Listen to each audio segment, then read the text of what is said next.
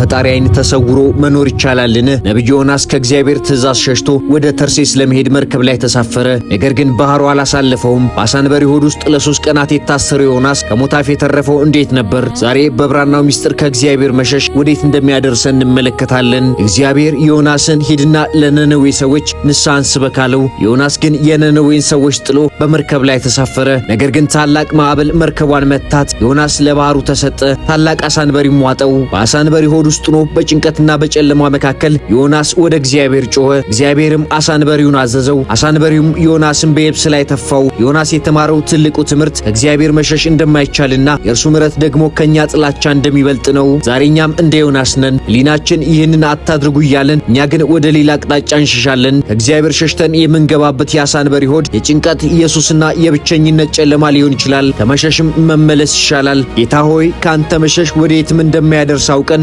በፈቃድህ ጥላ ስር እንድንከለል እርዳን።